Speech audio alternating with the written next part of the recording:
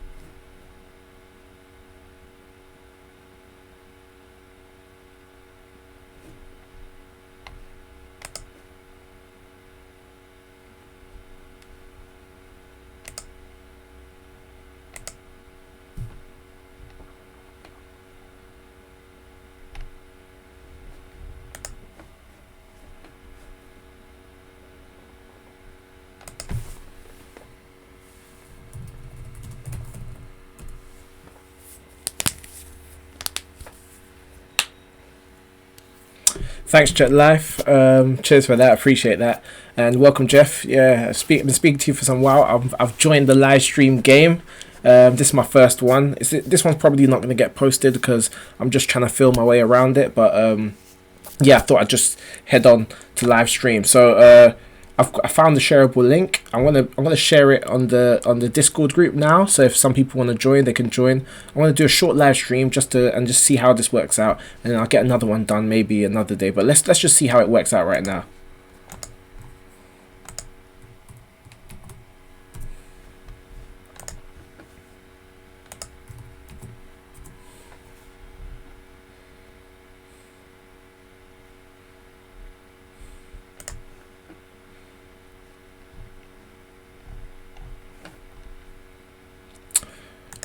So I've invited a few of you guys here. Oh, cheers, Shiv. Yeah, okay, so I got a decent turnout. It's first time round. So nice one, Shivan. How you doing? Yeah, I'm not going to type. I'm just going to talk. Yeah, so I thought I'd just go through a couple stocks. If you want to shout some out as well to review, let me know. Right now I'm looking at the Australian ASX, so it's Australian Securities Exchange. What caught my eye straight away was that right now it's looking like a bit of like a bull flag to me. So if you look at it here, it's gone up here and then it's kind of made a little bit of like a little channel, but to me this looks like a bull flag. So what that tells me is that it's ricocheting off these supports and resistance lines. I've drawn the arrows here and now it looks like it's going to break out to the upside. So what I would expect from this is like it to go up, maybe come back down again, hit this support line and then carry on going up and try and test all-time high. It's tested it once before, but I believe it's going to do it again. Now the MACD is not really giving me much to work with, but if you look at the daily chart, hey, what's up Danny, how you doing? So if you look at the daily charts, what's up guys, what's up guys? I'm going to share this link in the Discord group and just see who wants to join. This is my first live stream, still some growing pains. So I'm just going to see how this works out. This one probably won't get posted. I might share it with some of you guys, but I don't know if I'm going to post this. Hey Infinite Investors, what's up, what's up, what's up, what's up? Okay, cool. Alright, so many people have seen it, so I'm just going to share it in the Discord group because there's no point keeping it unlisted. Alright, 1 second.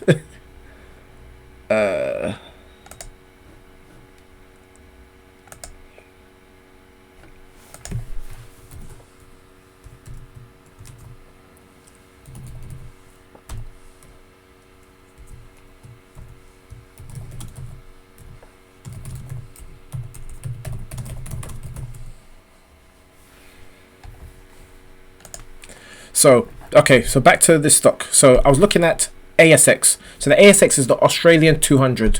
So that's the top 200 stocks in the Australian index, Australian Securities Exchange. So similar to the FTSE 100 or the DAX. This one's just for Australia. The reason why I'm looking at this one is because the Eastern market is the first to open on Sunday night. So this is going to be the first indices to, one of the first indices to be open overnight. And you can see that here. If you press this I button, trading hours midnight to, that's not right, but yeah, midnight to midnight. So yeah, it opens around midnight. So we can expect like whatever happens here to happen, whatever move there is to be made, it's going to happen around midnight. So what I'm looking at here is I think there's a potential long position to be made on the Australian ASX 200. Reason being is that the 180-day simple moving average is curving up, and it's acted as a bit of like a support line in some of these areas. So if you can see here, it's kind of acted like a support line here, it's acted as a support line here. Now also the MACD is curving, and it's almost like it's moving into positive territory. It's happened here, and when it happened here, there was a rally up. When it happened here, there was a rally up, and it looks like it's going to cross over here. So I think there's going to be a bullish move that's going to be made to retest the all-time high. And this is off the back of like news that China and US have getting closer to a phase 1 trade deal. So that will help the wider market in general. Obviously, all the other indices are all affected by this trade war. So whenever there's some good news, it affects all of the other indices as well. So off the back of last week, when this tariff that was supposed to be introduced, was it yesterday or today? Yeah, it was supposed to be introduced today. It didn't happen. So that's good news. That's good news for the world market anyway. So I believe there's going to be a positive move today. What's up, Stacks, aka UK Trader? Thanks for joining. So on the 4-hour chart, once again, I said this already, but let me just go over this again. So on the 4-hour chart, what I see here is a bull flag. You see this? Do you guys see a bull flag as well? So basically, what I see here is that on the 4-hour chart, I see that price has like, this is a little bit of, price has gone up. I'll go up a little bit. Price has gone up. It's found like a little bit of like a support and resistance, like in this little channel, ascended channel. So it's found a support here, resistance here, support here, resistance here, support here, resistance here. Now it looks like it's about to break out of this resistance. So what I expect is it to break out, consolidate, hit this old resistance as a new support, and then climb all the way up to the all-time high. So what the best way to take advantage of this would be to probably take a long position here. I'll show you. Take a long position. What have I done? Take a long position here. take a long position here, and take another long position on the ricochet. So take half position here, let it come back down, half position here, and let it ride up. And I believe it's going to rally up, but as we all know, a lot of fundamentals going on right now. Okay, so let me read some of the comments. This is a bit sticky. Do I watch you do my maths homework? Forget your homework. Watch me. No, I'm joking. I do what you think is best. I'm not gonna stay on for too long, guys. This is just kind of like a test taster. I'm gonna try and maybe do these on Sundays, similar to that some of these other channels, and just do a kind of a breakdown of a couple of stocks. But this is the ASX, so this is what I think is gonna happen on the Aussie market. I just believe that it's gonna be a bullish breakout. It's gonna come up, hit this resistance line, then break out again to the upside. Now, if you guys haven't watched my other video, I made a video on the hype cycle. Check out my other video. I'll go into what the hype cycle is and how you can take advantage of it. And the main reason why I talk about the hype cycle is because I believe there's a Cron. You can take advantage of Cron here, because Cron is a stock right now that is pretty much hit rock bottom.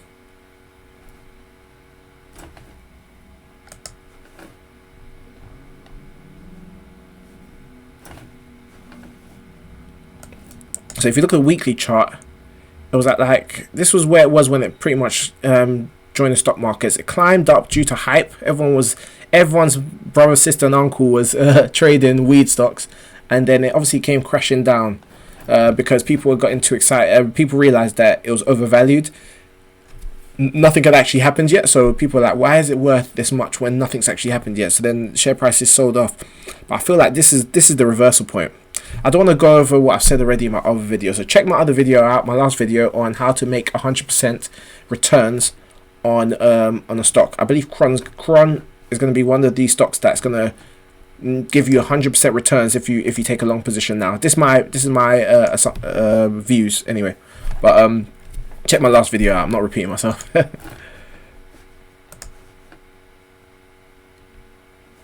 Okay, so I know there's a whopping 7 of you, but I want some audience participation. What stocks are you guys looking at, or what stocks do you want me to look at? I'm just going to look at 1 or 2, and then I'm going to close this thing out, because this was just supposed to be like a little bit of a tester just to see how the live stream works. Neptune, Shivan, Jeff. Actually, Jeff, what stocks are you looking at right now? You're always messaging me about some good stocks that you're looking at. Is any of you?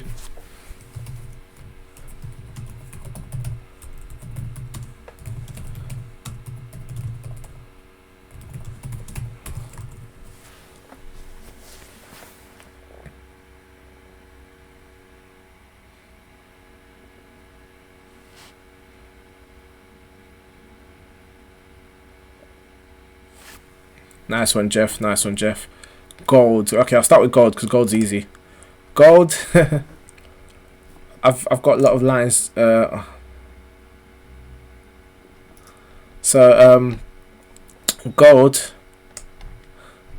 So gold, if you look at it from the bigger span, it was like a converging wedge that broke out around June 2019. So this broke out and then it's consolidated back. But if you use Fibonacci, you can see, this is the weekly chart, you can see that out from this breakout point, it came back down, consolidated at the 38.2% level of Fibonacci. So that's if you trace it from 1265 up until the recent peak, it's retraced back down to 38.2 level. Now that it's made a little bed here, it looks like it's trying to do another breakout. It's trying to climb some more. But obviously, as we know, gold is wait, let me draw. So as we know, my first inclination is I think that's going to climb some more. But as we know, gold is inversely correlated to the equities market. So when the general stock market, so when FTSE, the Dow Jones, the DAX are doing well, then normally gold sells off, and then vice versa. When FTSE and DAX and Dow Jones and all the stock market in general are looking like it's like a bearish market, then gold goes up. That's the general consensus. But right now, gold looks like it's climbing, even though the equities market is climbing. And my theory is that it's doing that because people are preempting a sell-off. preempting the recession, so they're stacking up on gold. You always hear about all of these major investors right now trying to they're cash rich, cash heavy, and they're not really in the equities markets. That's because they're preempting a recession coming. So that's why I feel like gold's climbing, even though the equities market is climbing as well. But I don't want to go into a little rant about that, but there's more to be said about that. I think the equities market is being inflated by stock buybacks and stuff like that. So it's not actually institutional investment that's keeping it high. It's not actually retail investment that's keeping it high. So I zoom in and there's lots of lines on my gold chart, so just don't watch that. It's a bit messy. But I actually posted something in a Discord group about gold. So if you go down to the 4-hour chart, you can see I've got a lot of lines here. Gold's quite temperamental once you go down into like shorter time frames. So you can't really swing trade it in like short time frames, otherwise you're gonna get burnt. But if you look at the overall motion, you can see that it's been climbing. It was climbing, broke out to the downside, and this area here is probably where that 38.2 level is on the Fibonacci. So it's made a little bit of like a support here, and now it looks like it's going to break out to the upside. But once again, got to be careful with gold. I think the overall motion is up, and if for gold you probably want to invest rather than trade because it's quite temperamental. But I do think it's going to start climbing again. Once again, if you go back to the daily chart, good old Fibonacci is always your friend. It's always good when you see a Fibonacci level respected, because then you know that's a potential support. And that's exactly what's happened around here. So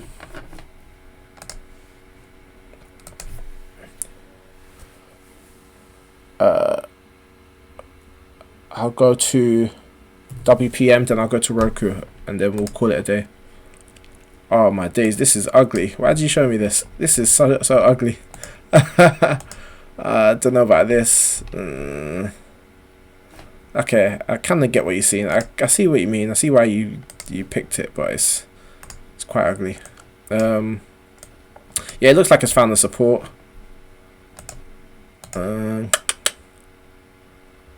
No, this chart is so ugly. Okay, I get what you mean though. It's found the bottom potentially, and it looks like it could climb. There's not much more analysis I could do apart from that, to be honest. I'm guessing that's what you saw, Jeff. And stacks. Okay, Roku. I'll cover Roku, and then we'll call it a day.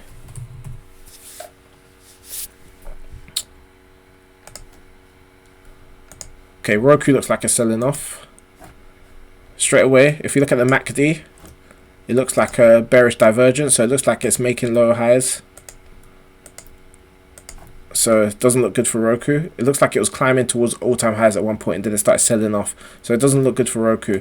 I won't be surprised if it started selling off on the weekly.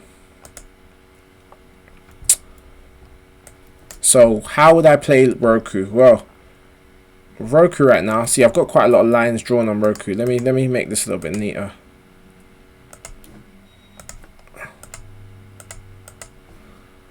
So Roku tried to make its way back to all-time highs, but then failed, came back down, consolidated, and then started selling off some more. So this is the key area. This shows me that it's in a bearish motion, because not only did it sell off, it sold off, did a little bit of retracement, then carried on selling off. So I wouldn't be surprised if Roku just kept going and going down now. I wouldn't be surprised. This is not something I would probably trade right now just because of where it is. My inclination would be that it would go down to the downside, and where it would probably have a potential to reverse would be here, because this place has been a reversal point before. So it could potentially reverse here. That's a potential. Or it could carry on selling off, but I don't know. I just know that from here, I wouldn't be surprised if it sold off back down to this level. So for the people that want to trade it, I think there's the potential for you to make a little bit of profit by kind of shorting it from here to here. The reason I wouldn't is because there's a potential for a rebound here. As we've seen, this line is a key line, and this line is a key line, and these two lines are parallel to each other. So it could reverse here, or it could reverse here. So what I'd probably wait for, what I would do is that I'd set an alert on this line, and let's see, and wait for it to break through it. And if it broke through it, then maybe it could be a short. But I wouldn't short this potentially. Personally, I wouldn't short it because I like to short something, I'd short it around here. Because if you could short it around here, then your stop loss will be tight. But if I short it around here, realistically, my stop loss would have to be around here. And I like to keep tight stop losses, so my risk to reward is pretty nice. Yeah, I covered wheat and precious metal. That was the one I covered, right? Oh, no, that was the wrong one. Sorry. Wheat. I hope that covered Roku all right for you, Stacks.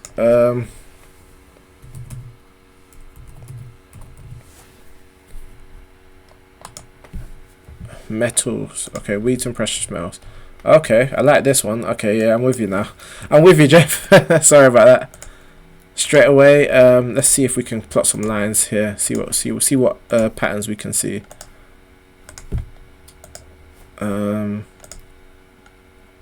Yeah, so straight away there's that line here. So you go 1, 2, 3, 4. What other lines can we see? Is there this? Potentially, yeah. There's that line. So yeah, straight away it looks good. I like Wheaton. If we zoom in a little bit more, we can see that it's like a triangle. It's making higher lows and kind of slightly higher highs. So this looks like it could break out. Let's look at the MACD and RSI. Let's look at the weekly chart first. Yeah, the weekly's not really giving me too much, but it still looks kind of bullish, so I like that. One thing to know about these steel companies as well, the good thing about these steel companies is that if trade deals go ahead, they're going to skyrocket, because at the end of the day, there's been a lot of Trump's all about trying to help out like the kind of low skilled labor sector. So he's trying to help agriculture, he's trying to help steel, and I think steel will do well if a trade agreement is made. So what I'm looking for is a breakout to this side. So what I would do is set an alert on this line and set an alert on this line.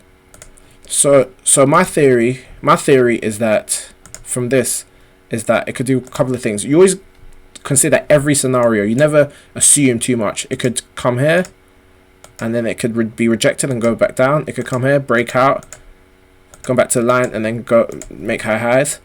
Or it might even come here, be rejected, and here it could break out. So there's lots of different scenarios that could play out. The ones that look more plausible right now is either 1 or 2. I don't know if it's going to break out to the downside. It might do. You can never say never to that, but I think it's bullish just from the way the pattern is right now, and just from historical. And the 180 simple moving average is curving up, so right now it looks bullish. But that doesn't necessarily mean the breakout is now. It could have another ricochet. It might come up here and then sell off one more time before breaking out. So you don't want to assume too much. That's why when it gets that, what I would do is that I would wait for price to get to this line here. Then I see how it behaves on a smaller time frame. So maybe I go to the 2-hour time frame, and I'll see how price would behave. If it gets to here and it doesn't look like it's going to break out, then maybe I'll take a short. I might short it to this line, but it looks like it's respected this line several times before, so I could either short it or let it break out. But I'd have to wait for price to hit here, and then you can reevaluate as to whether you want to take a long position for the breakout. If you want to even take a short position to this, for it to go back to the support line, and then maybe take a long position from the support line again. It's all about making profits at the end of the day. All right. Okay, that's enough for today, because this wasn't even supposed to be a breakdown, you know.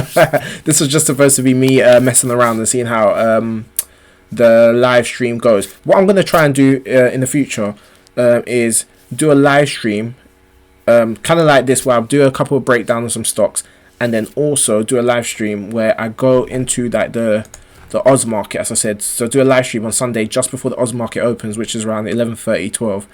And then maybe potentially take a trade, and we can just see how it pans out. But to be honest, actually it doesn't make sense. Do you know why? Because even the positions that I've been talking about, these are positions that you can day trade.